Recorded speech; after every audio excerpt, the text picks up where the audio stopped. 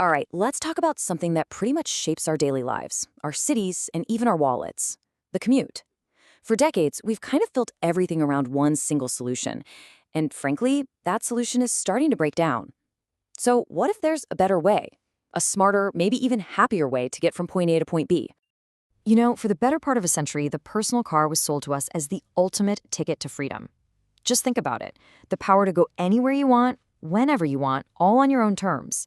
It was such a powerful idea that we literally reshaped our world around it. But we all know how that story actually played out, right?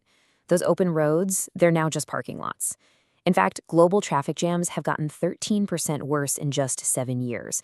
The air is choked with emissions, and that freedom we were promised, a lot of the time it feels more like being trapped, stuck in traffic, burning money on gas, and wasting our most valuable public spaces. So this whole situation has a lot of people, city planners, innovators, and just us, everyday commuters, asking a really basic question. Is there a better way to do this? Can we get our time back? Can we get our cities back? And the answer seems to be a huge, resounding yes.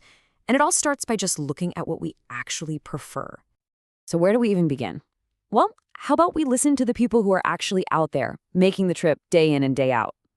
Because when you dig into the data on how commuters feel about their choices, a really surprising picture starts to form. Turns out, the most common ways to get around are often the ones people like the least. And this is where it gets really interesting. This chart shows what's called a Net Promoter Score. It's just a simple way to measure satisfaction. Basically, would you recommend it to a friend? A study of university commuters in Belgium found that cars and buses have negative scores. People using them are more likely to complain than to praise them. But then, look at the bicycle. Whoa, that score is off the charts positive. Cyclists aren't just okay with their choice, they're huge fans. And we're not just talking about a small handful of hardcore cycling fans here. That same study found that a staggering 70% of commuters live close enough to their destination to easily switch to an electric bike. The potential is absolutely massive. It's just sitting there, waiting to be unlocked. Okay, so if people who cycle are way happier, and it's a totally practical option for the vast majority of us, what's stopping everybody? What's this big, invisible wall that's preventing a total two-wheeled revolution? In this slide just lays it out so clearly. With a regular bike, you've got three big hurdles: hills, distance, and safety. Now the e-bike comes along and is a total game changer, right? It just wipes the first two problems right off the board. Hills, not a problem. Distance, no big deal. But that one major barrier is left, and it's the same for both: feeling safe on the road. Yeah, the researchers behind the study were crystal clear on this. This isn't about people being lazy. It's not about being afraid of a little bad weather. The single biggest reason millions of people don't make the switch is the lack of safe, protected infrastructure. It's that simple. People will ride if they feel safe doing it. And this right here is the crucial takeaway. The solution isn't just about getting a new kind of vehicle. It's about totally redesigning the place we use it.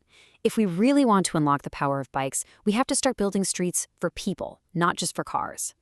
And the blueprint for this stuff isn't rocket science. It's actually pretty straightforward. We're talking about things like continuous wide sidewalks, so you're not getting pushed into the street; ramps at every corner to make it accessible for everyone; a canopy of trees to make the journey pleasant; places to sit and rest; and simple physical barriers like bollards to create a safe buffer from traffic. These things create an environment that just feels safe and inviting for everybody, whether you're walking, rolling, or riding a bike. Okay, so we've got a better vehicle, the bike, and a safer place to ride it, the People First Street. That's a huge step forward. But there is one final piece of this whole puzzle: convenience. How do you make all these great new options feel just as easy and seamless as just grabbing your car keys and walking out the door? Well, the answer has this kind of techie name: mobility as a service, or MaaS. But just think of it like Netflix or Spotify, but for transportation. It's one app, one subscription that gives you access to everything your city has to offer: the bus, the train, bike share, scooters, ride hailing, all of it. It's a huge shift from owning a product like your car to just subscribing to a service, getting around. The whole idea here is to compete head-to-head with how simple owning a car feels.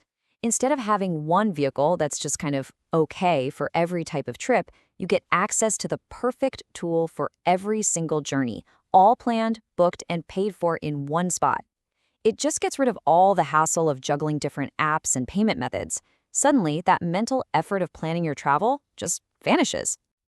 So when you step back and look at the whole picture, you realize there's no single silver bullet here.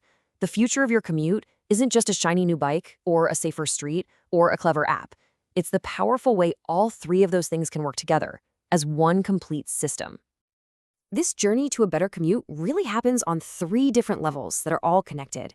It starts with the rider, you choosing a way to get around that's healthier and that you actually enjoy.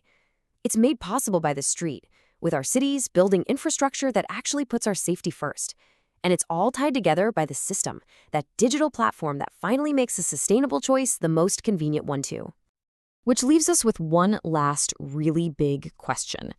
If a system like this existed, one that was cheaper, more flexible, and honestly more enjoyable than owning a car, would we still need one? By weaving together the best vehicles, the safest streets, and the smartest systems, we don't just get a chance to build a better commute. We get the chance to completely redefine what freedom of movement really means.